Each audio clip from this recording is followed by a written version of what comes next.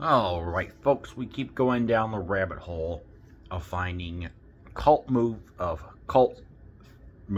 films, cult status, what have you, cult this, cult that, that has low ratings on the IMDb. Not the actual score, but the number of people who scored it, and you can just tell it's like, oh, movie's going to have 1 million views, like, say, The Truman Show. Truly fantastic movie, but then other ones, you're going to have 20,000 people who have rated it. And this is The Gate. From New Century Entertainment Corporation, with the Vista organization. This is starring, where's the director? What is his name? Directed by Tibor Takacs. It stars a young Stephen Dorff and Krista Denton, with special effects done by Randall W.M. Cook.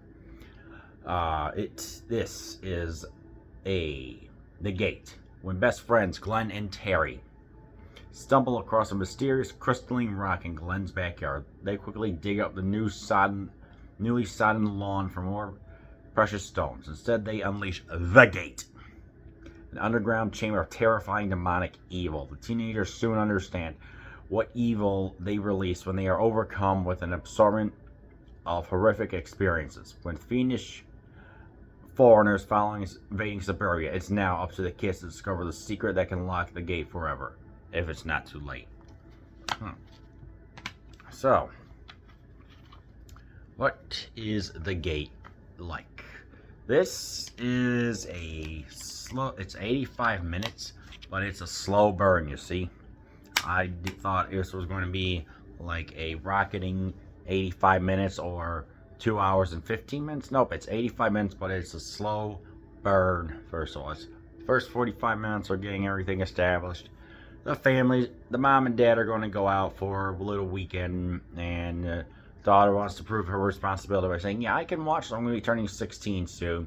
The parents are like, alright, no parties. Next scene, there's a party with like 10 different kids. So, it's got a little bit of a sense of humor. But then, things start going awry when suddenly a knockdown tree occurs and we see some little demons coming out. These demons were actually actors who were of course inside rubber costumes. It was done in a forced perspective to make them look like little demons, probably no bigger than like maybe 6 inches, where it's like it was kind of refreshing to see it compared to the big giant 6 foot tall little demons that you see. So it was interesting to see the special effects.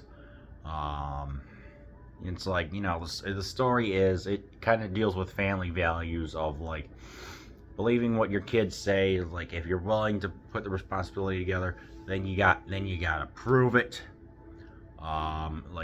Listening to them, making sure that your kids are taken care of, and it mainly just has to do with family, which I'm surprised by. It's like eventually, it's like, yeah, sometimes you're gonna have traumatic moments that are gonna make you start to question them, but in the end, it's like your family is gonna be there for you, even if you do have to save them from being a sacrifice to summon a massive special effects demon.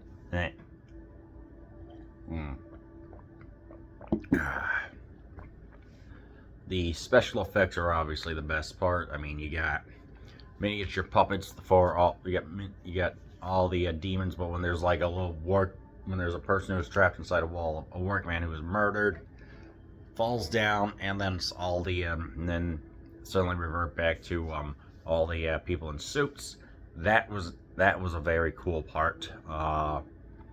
You got the atmosphere, which is just inside a house. I think the budget for it was $8 million in 1987, so that'd be maybe $20 million today. So you could tell it was low. This is including the trailers, promos, salaries, special effects, all that stuff.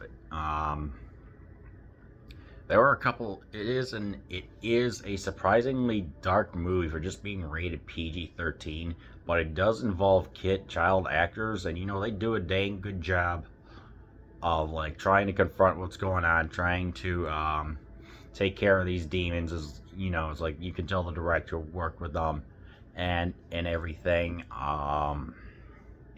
They give good performances. There really aren't any adults, so I've been told this was like the the horror version of Home Alone, just without any of the traps, because eventually a massive demon gets summoned like towards the end, and he just is either blind or something like that. I don't know. I just thought for a demon that comes from this heavy metal album, Sacrifix, which is of course a fake band, comes from an actual Canadian metal band called Sacrifice. We're friends with this band called Slaughter, not the hair metal band. So I don't know. I just found that to be interesting. How it's like they got the little heavy metal motif. I mean, even one of the kids has the Killer Dwarves name on his patch. Or you see some Iron. Yeah, it's like a heavy metal movie. I mean, literally, there is I think Saxon, Iron Maiden, heavy metal the movie. It's a heavy metal fan stream.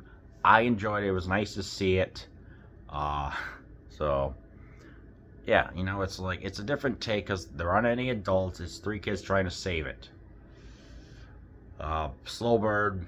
I did have what I read was that it was supposed to be a little show more of the destruction of hell on Earth, because that's what it was meant to be, with like this the mythology going on of like houses getting destroyed and people getting like injured and things like that. That was ultimately not put in because the movie was trying to go for a PG-13 rating. I would like to see that. Unfortunately, we didn't get that, so it was like, it felt like it was trying to be an R-rated movie, but in order to appeal to kids, the best that you can to kids, it was toned down to PG-13. I mean, there was even a scene where one of the kids, like Terry, I think, the heavy metal kid, was like turns into like a demon, and the main kid, Glenn, actually stabs him in the eye with like a Barbie doll. I wish we could have seen the actual stabbing motion occur, but in order to please the censors, we just saw the after effects. So I don't know.